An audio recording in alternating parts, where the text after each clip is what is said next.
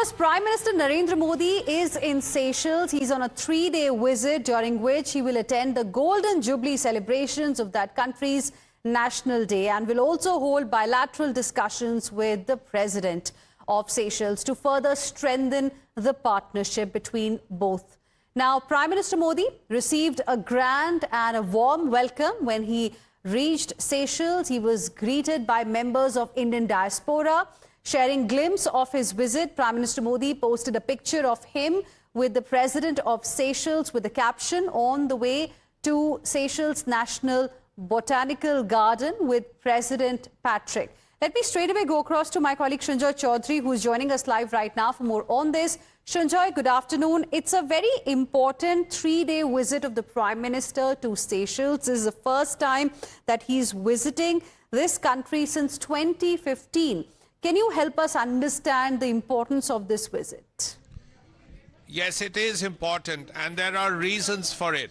First of all, India wants very good relations with all these Indian Ocean islands, the Maldives, Mauritius, Seychelles, Sri Lanka, of course. Now, this is because of a lot of security considerations that must be kept in mind. Now, Seychelles is a series of islands in that area with a large economic zone, EEZ, and they need a little bit of help from India to ensure that that area is properly protected.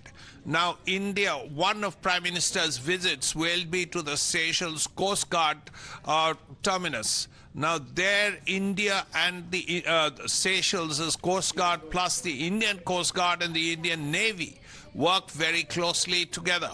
And that is the primary consideration, really, because the security interests of Seychelles are looked at jointly by India and the Seychelles, or rather, India at least helps the Seychelles is in this regard. Let's not forget that just till recently, you had the threat of piracy in the Indian Ocean. There are also other threats. You have lots and lots of Chinese warships in the area. Now, that's something to be taken into consideration as well. So, as a result, this is something Prime Minister Modi is very keen on, that right. All these island states in the Indian Ocean are probably looked after, and if India can do anything with them, India is ready to do it. Right. Request you to please stay on with us, Shanjoy. We are also getting a reaction by a member of the Indian Diaspora whose daughter performed in front of Prime Minister Narendra Modi. Listen. I'm very excited to looking for Mr. PM, our PM Prime Minister Modi. My daughter is going to dance in front of the PM Modi. Very, I'm waiting for the pleasure moment, precious moment. This is our biggest dream for, I'm going to see the first time PM Modi. Let's go back to Shanjoy, who continues to be with us at this point in time. Shanjoy, now, of course, there's going to be a meeting of Prime Minister with the President of Seychelles. We'll be looking forward to that one. Now, he's also set to meet Jonathan, the world's oldest living land animal, in during his visit to Seychelles, isn't it? That's also a big talking point. Yes, it is. I mean, Seychelles is well known for its tortoises, and well done to the Prime Minister for meeting Jonathan. That's a big moment. But besides that, he will be speaking tomorrow, addressing Parliament, and there will be the business end of the visit really will be tomorrow, apart from the visit to the Coast Guard terminus today, because he will be speaking tomorrow, outlining his vision of closer ties between the two countries. Right. Stay on with us, Shanjoy. We have former diplomat Ms. Veena Sikri also joining us on the broadcast. Good afternoon, ma'am. Thank you for speaking with us here on Times Now. In your opinion, what is the importance of Prime Minister Modi's visit to Seychelles for the Golden Jubilee National Day celebrations? Well, I think first and foremost, it's an honor for our Prime Minister to be invited as the chief guest, as a guest of honor for Seychelles Golden Jubilee celebrations. And he has accepted, in the spirit of friendship between India and Seychelles, the good neighborliness. I think Seychelles is very much part of our neighborhood first foreign policy. It's also part of Indian Ocean maritime security. You know, it's been a very, very important aspect for us. The Sagar concept, security and growth for all in the region, the Mahasagar concept, the holistic approach to maritime security. And certainly there is a lot always to discuss between the leadership of India and Seychelles. And so I'm very glad that yet another opportunity has come, and our Prime Minister has accepted this great honor, and he's going to be there and have detailed discussions. So that's how the friendship is built up. In addition, of course, there are a number of other visits at other levels and exchanges at other levels, and trade and tourism is going to be a big factor, because Seychelles depends 30% of its GDP from tourism. So obviously, I think there's going to be a lot of developments in those areas. But the very great honor is important, and it's in keeping with our Prime Minister's high importance he attaches to neighbors, to our maritime neighbors, and to maritime security. Okay, and the Ministry of External Affairs, ma'am, also said Seychelles occupies a special place in India's vision Mahasagar as a strategic maritime neighbor in the Indian Ocean region. Given the current geopolitical scenario, how important is this? Oh, it's very important, because we do know that, the Indian Ocean has become, an area of great interest. And, for example, you've got Chinese ships prowling all over, and so-called research vessels of the Chinese government, and they keep on docking everywhere. Sometimes they want to dock in Sri Lanka, sometimes they want to dock in Maldives. So obviously there is this great deal of activity going on, and India has always attached the high importance. The whole concept of Sagar was given by Prime Minister Modi very early on, I think, when he had gone to the Shangri-La dialogue in 2015 or way back then. So since then, it's been an important constant, and you've seen how our relations are developing with Mauritius and Seychelles and so many other countries, with Maldives itself, with Sri Lanka, with other neighborhood countries. So it's very much part of that in Prime Minister Modi's vision for the development of India's foreign policy. We have our own very important area, project in the Bay of Bengal and in the greater Indian Ocean, the Greater Nicobar project. So that itself shows that we are very aware and sensitive about these aspects, and we will always develop relations with our neighbors, maritime neighbors and land neighbors, keeping this in mind. All right. Thank you very much, Ambassador Veena Sikri. Appreciate you speaking with us here on Times Now and sharing with us your perspective. We also have with us former diplomat KB Fabian joining us. Good afternoon, sir. Thank you for speaking with us here on Times Now. Your thoughts on Prime Minister's visit to Seychelles? He's been invited for the island nation's Golden Jubilee National Day celebrations this year. Sir, can you hear me? Yes. Yeah, did you ask me the question? Yes, sir. Okay, this visit is important. It marks a couple of things. One, India's growing profile. So many foreign leaders are coming to India. Whereas, to give you an example, who is going to Israel? Somebody from Serbia went the other day. She had criticized Israel, but they gave her high honors. So that's point number one. India's growing profile, so the world, the rest of the world want to send their leaders to India. Second, Seychelles, of course, maybe a small country, but its location is strategic, and it is important for India in terms of our policy to keep and strengthen our relations with Seychelles. All right. So thank you very much for speaking with us here on Times Now and sharing with us your perspective. Let me go back to my colleague Srinjoy Chaudhary, who continues to be with us at this point in time. Srinjoy, what caught my attention, from the visuals that we've got so far of Prime Minister's visit to Seychelles was that one picture of Prime Minister Modi with the President in the car. And that also tells you a little bit about the bonhomie between both these leaders, something that we've seen happen with other leaders from other countries as well. And it's very interesting, and that also is great for India. To receive the Prime Minister, which is an honor in itself, and they thought they'd spend a little time in the car, just the two of them, to chat about what's going to happen over the next 48 hours. That's a very special moment. Clearly, it means a lot to the people of Seychelles that Prime Minister Modi is there. And they know that whenever there is trouble in the area, the one country they can go to is India. Let's say, as there has been a case in the past, a severe shortage of water, drinking water.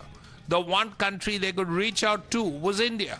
And that is why India also feels that whenever these countries, Maldives, Seychelles, Mauritius, Sri Lanka, wherever, they have a need, India should always be there as a larger country and with a strong navy and coast guard to help out whenever these countries are in any kind of trouble, so that India and these countries, Indian Ocean islands, have a good relationship.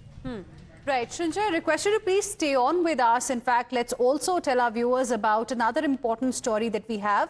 A major boost for India-U.S. ties could be on the horizon, with U.S. Secretary of State Marco Rubio announcing that U.S. President Donald Trump is expected to visit India early next year.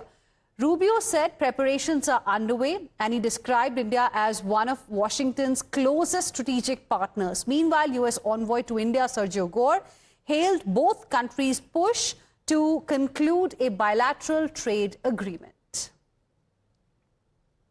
Secretary, for your time, can you tell us how the India-U.S. relationship looks like? I think it's going fantastic. I mean, it's very strong. We had a great meeting with the Prime Minister, the President did, at the G7. We're hoping to finalize a trade deal. We're on the last inches of getting it done, and it's very positive. We look forward to re-engaging again in another Quad meeting very soon, which India, and I look forward to returning myself before the end of the year and setting up a presidential visit in the early parts of next year. You look at the presidential visit will happen next year? We're hoping, that's what we're working towards, sometime early next year to have the president come. And I think it's very positive. India is such a close partner and ally of the United States. And the relationship between the prime minister and the president couldn't be closer, which I think is really important in diplomacy. India has a lot of energy needs, and with the war in Iran, it has impacted India's energy requirement. How do you see, how can India and US can work together to address India? Well, I think obviously India has been focused for a very long time on diversifying its sources of energy. And so I think that trend will continue, and we certainly would love to be a part of that. We think we have some solutions in that regard. But beyond it, I would say that one of the reasons why the president has given peace a chance in the Middle East is the desire to see more fuel enter the marketplace for our allies.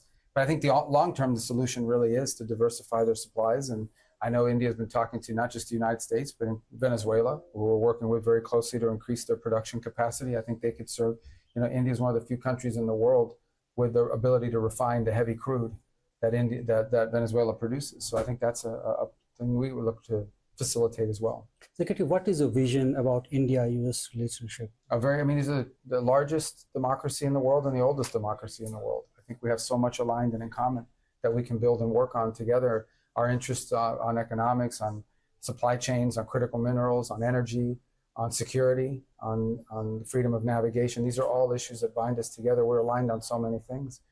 And obviously you have a very strong Indian-American community as well, which is an additional link between our countries. And quite popular among Indian Americans.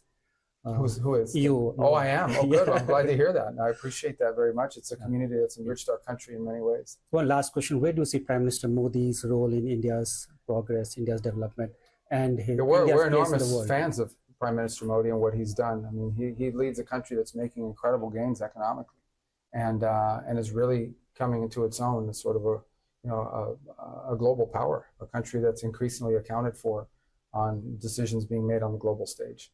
When you arrived in India, there were a lot of concerns about the state of affairs of India-US relationship. Things have improved a little bit now. Where do you see, what's your thought on the state of affairs of the relationship? Look, I think we're in a great place. And one of the big anchors to that relationship is the relationship between the president and the prime minister. That has always remained strong. And so sometimes the media likes to portray it as if something happened. The president and prime minister are great friends. And that's something that goes back years ago. And it's something that will continue to go years ahead.